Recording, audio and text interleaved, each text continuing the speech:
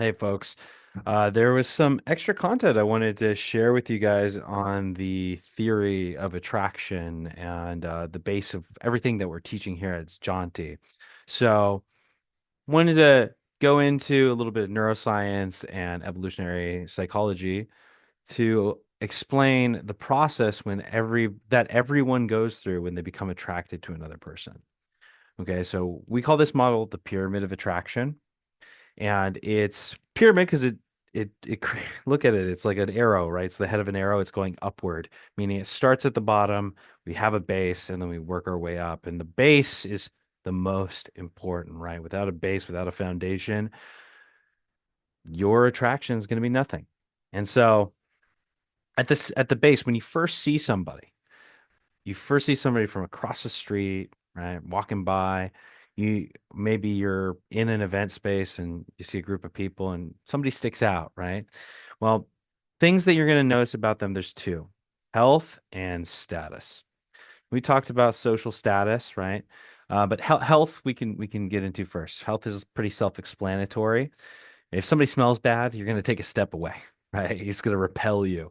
If somebody doesn't carry themselves well and looks like they're sick, you know, you are going to be less likely to want to invest your time into them because you don't want to get sick and you don't want to invest your emotional energy and anything else, any other resources on a person who's not going to be around for a long period of time. And this goes back to our survival instincts. Now, social status, right? We talked about uh, with external and internal. We did the columns, right? The external status, that's going to be things like money, right? It's going to be things like associations, so who you know. Oh gosh, associations. I'm going to just say that. It's going to be things like culture and genetics, right? I need like a stylus, jeans, right? But this isn't actually what we're referring to when we refer to status. But we're referring to is actually the internal side, and that's going to be the confidence, the skills, and the beliefs, right? Overall, it's going to be your vibe. Your vibe is going to be what your status is. You see somebody from far away, it looks like they're having a good time, looks like people like them, looks like, they carry themselves well. They have a friendly demeanor, they're confident in what they're doing, right? You're attracted to that. I want to be around that person because if I'm around that person, maybe some of that'll bleed off onto me, right? And that person isn't going to try to get things out of me. That person isn't coming from a place of scarcity and insecurity, right? They're not going to be trying to get my approval or try to, weasel their way into my life. So we're attracted to the status piece. If we look at the brain, the human brain, let's see, can I do a different color? Here we go. Yeah. Let's say the human brain, it's like the lower brain, we got the spinal cord and the lower brain. It's also associated with reptiles, so we call it the reptilian brain. It's the most primitive version or part of our nervous system. This is associated with survival, right? It's associated with the four F's of survival: fight, flight, reading, eating, feeding, and reproduction. So fight, flight, feeding, and the other F word, which is reproduction. So this lower brain here it's all about survival, and that's what's associating with this health and status thing. Health, right? Your health is my health, my health is your health. So if I'm around you and you have bad health, I might have bad health. If I'm around you and you have good health, I might have good health. And your social health and your social status are one and the same, essentially, right? Because your social status is important for your survival. Okay. So everything that we work on in class one is about stopping off those low status behaviors and starting to change our social health to be high status behaviors, right? This coming from a place of scarcity to coming from a place of abundance and emotional security. Speaking of emotions, the second piece of the pyramid of attraction is emotion. Okay, this is where you get things like um, we got emotional intelligence, as Daniel Goleman talks about in his books, which were very influential in the creation of our curriculum here. We call it EQ sometimes. But it's also like, you love to laugh with people. You love to go on an emotional roller coaster with the people that you're getting to know. And one of the things that we find most wonderful about getting to know somebody is the mystery of finding, figuring out who they are is a very emotional experience. So EQ, and then there's a bit of this uncertainty, right? Right? This uncertainty of like, I don't know who they are. I'm going to figure it out. And from there, we find what makes that person unique. So everybody in the class, right, has a different haircut. Some people get tattoos, people get piercings, right? We have different styles to show who we are uniquely. We all want to fit into the group, right? We all want to be accepted, but we also want to feel unique. And so finding the uniqueness in people is how we connect to them. And through finding that uniqueness, we kind of let go of that uncertainty of not knowing who this person is and not knowing if they're dangerous or whatnot, right? You're getting to know them and the unknown becomes the known. And but there's still a little bit of a mating dance. There's still a little bit of a tension of back and forth that we love that's emotional. And I think of the actual concept of love, right? The emotion of love, the falling in love, being swept off your feet, head over heels. We have all these phrases to describe what it's like to have this really intense emotion, and they all sound very uncertain. Being upside down, head over heels, swept off your feet, right? Falling in love, man, that's all uncertain positions. And so the thing I want to point out here is, we often try to find commonality between people, but that's not what really makes people connected. Right? Commonality is really good for comfort, right? It's like, oh, okay, I can trust you because you have a shared experience with me. But it's really about that. It's really about the emotional piece of having a bit of uncertainty and a little bit of uniqueness, right? That person is different from me, and that makes them unique, and how they fit as a puzzle piece into my life is what's cool. And so we have this whole dynamic of emotion, and this actually equates or relates to a different piece of the brain here. I'm gonna make this orange. The brain, the midbrain, it's a little bit higher up from that reptilian lizard brain that we were talking about with health and status. And this is where the amygdala is.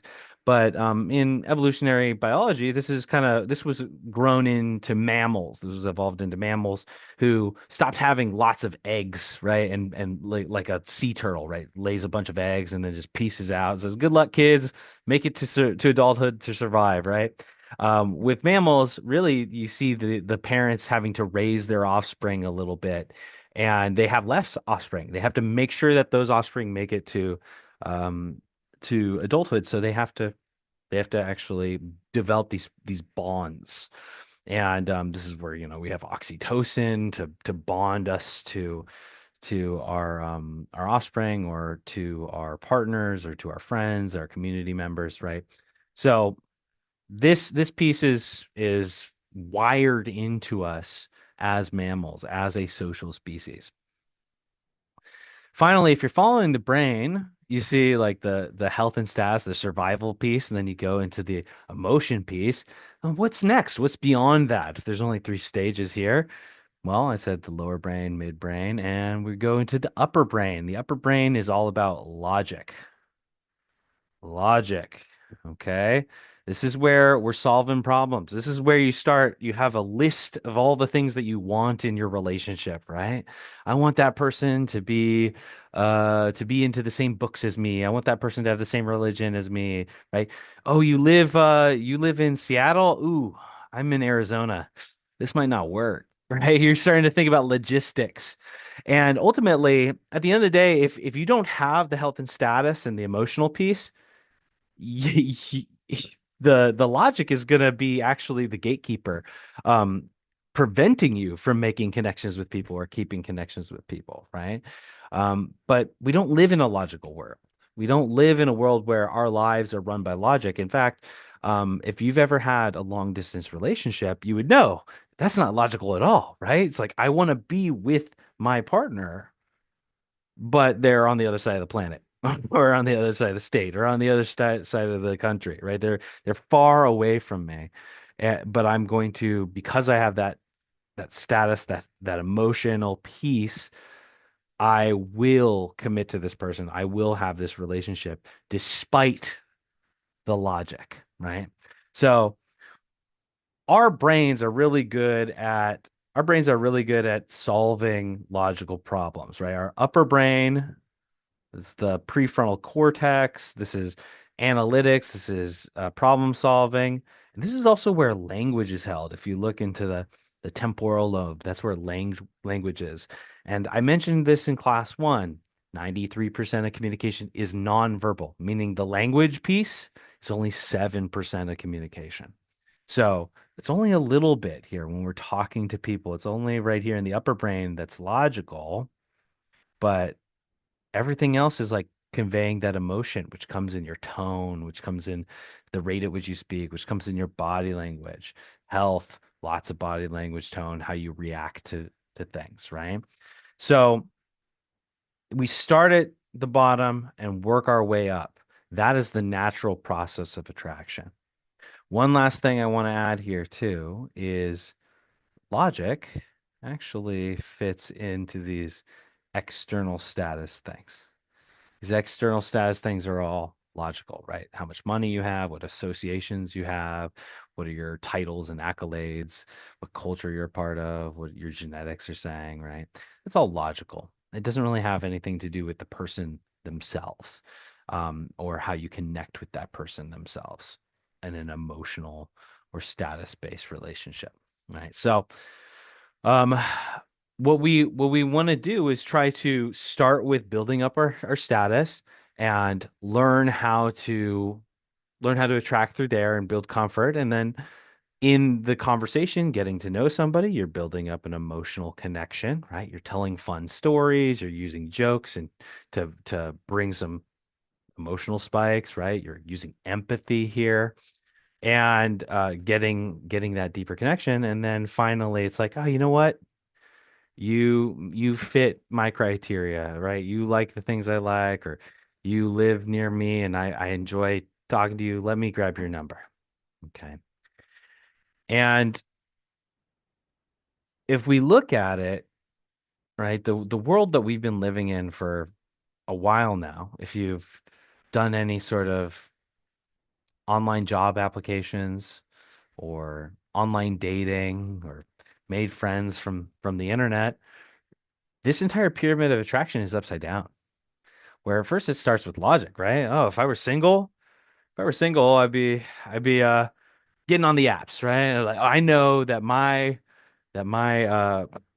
soulmate is out there, and I know that they're within 15 miles of me, right? And then I'm gonna look at their profile pictures, which show me all the external status factors, and then I'm gonna read their bio, which is all logic based, right? Temporal lobe, language based. And I'm gonna go, oh yeah, they like this thing, I like that thing, right? They responded in this way, I like what they responded with, right? And so then you build up this kind of fantasy of who they are, and maybe you message back and forth, and you're starting to build up this emotional relationship, these expectations. Then you finally meet in person, and you're like, huh, not what I expected, right? That's the status isn't there, and so we have to. we have to be aware of this and make sure that if you are going to be meeting people online, I mean, it's kind of an inevitability in the world that we're in, right?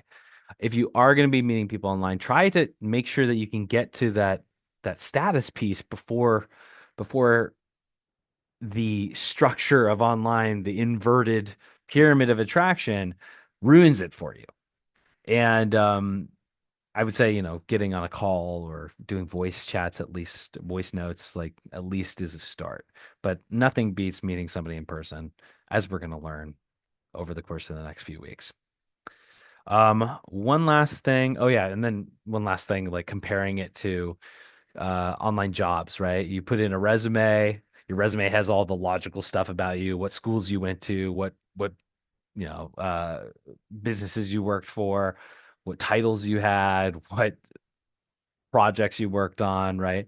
And then if you get past the ATS system, a manager looks at it, creates kind of this fantasy of who you are, and maybe do some interviews. You go in finally, and you walk in front of each other, and you sit down and shake hands, sit down across the table from each other, and you lie to each other, right? You lie about your um about your experience, and they lie about their culture.